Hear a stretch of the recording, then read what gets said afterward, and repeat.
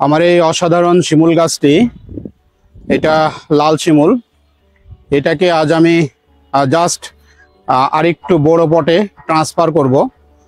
Root ball কোনো কিছুই ভাঙবো না, আস্তে করে এই টবটি উঠিয়ে আরেকটি বড় টবে স্থানান্তরিত করব, যাতে ডরমেটরিতে ভালোভাবে সে খাবার পায়, পাশাপাশি যে ফ্লাওয়ারিং সিজন, এই ফ্লাওয়ারিং সিজনে যাতে ভালোভাবে ফুল আসে।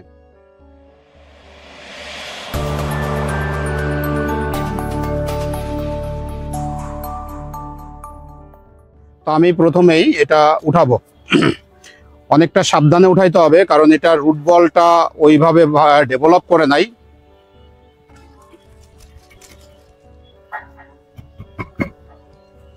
এই যে দেখুন, আস্তে করে টোকা দিয়ে এই যে তুলে ফেললাম। এখন এই রুট বলে আমি টোটালি হাত দিব না, জাস্ট এটাকে আমি ট্রান্সফার করব।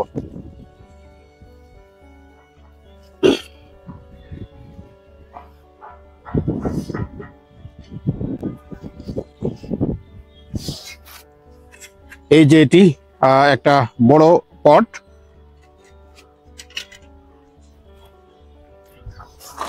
যেই পটে ছিল সেটা ছিল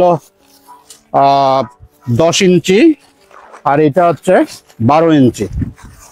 এভাবেই গাছকে গ্রাজুয়ালি আপনার বড় পটে স্থানান্তরিত করতে হয়। একবারেই আমরা বড় পটে গাছ রিপোর্টিং করব না। বালু দিয়ে দিলাম। আকাশে মেঘ চলে আসছে, খুব দ্রুত কাজ করতে হচ্ছে আর কি।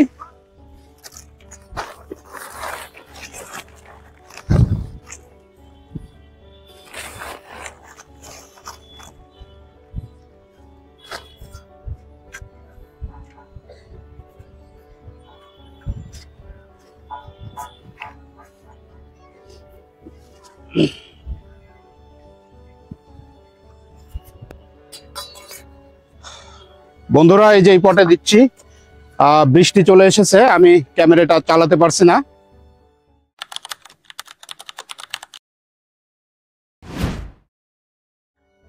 যখন আমি এই ব্রাঞ্চটি কেটে দিই, তখন এখান থেকে দুটি ব্রাঞ্চ আসে, একটা এটা আর একটা এটা। কিন্তু সমস্যা হয়ে দাঁড়ায় আমার এই ব্রাঞ্চটা।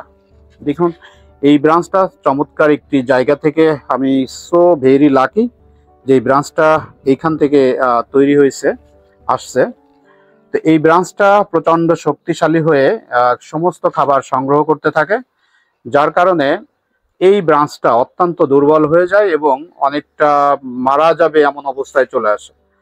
তো তখন এই তিনটা ব্রাঞ্চের যে সমন্বয় বা ব্যালেন্স, এইটা ঠিক রাখার জন্য বা একসঙ্গে যাতে সমানভাবে গ্রো করে, তার জন্য এই ব্রাঞ্চটাকে আমি পিনসিং করে দিই এবং এই যে সমস্ত পাতাগুলো আমি ফেলে দিই। ফলশ্রুতিতে কি হয় দেখুন, এই ব্রাঞ্চটা দুর্দান্তভাবে জেনারেট করে। এই যে দেখুন, এখন আর এই সমস্যা নাই, এই ব্রাঞ্চটা এইদিকে গ্রো করবে। এইখানে এই ব্রাঞ্চটা আমার ফার্স্ট ব্রাঞ্চ হিসাবে কাজ করবে, এটি আসলে সেকেন্ড ব্রাঞ্চ হিসাবে কাজ করবে, আর এটাকে আমি হেড হিসাবে নিয়ে যাব। এটা অনেকটা ইনফর্মাল আপরাইটের স্টাইলে হবে, তবে আসলে যেহেতু একটি অনেক বড় একটা বৃক্ষ, পাতা বড়, ফল বড় এবং ফুলগুলো অনেক বড় বড় হয়, তো সেই হিসেবে বনসাইয়ের যে অ্যাকচুয়ালি গ্রামার, সেটা হয়তো মেনটেন করা সম্ভব হবে না। তবুও চেষ্টা করব যতটুকু একটা দুর্দান্ত শেপ দেওয়া যায়।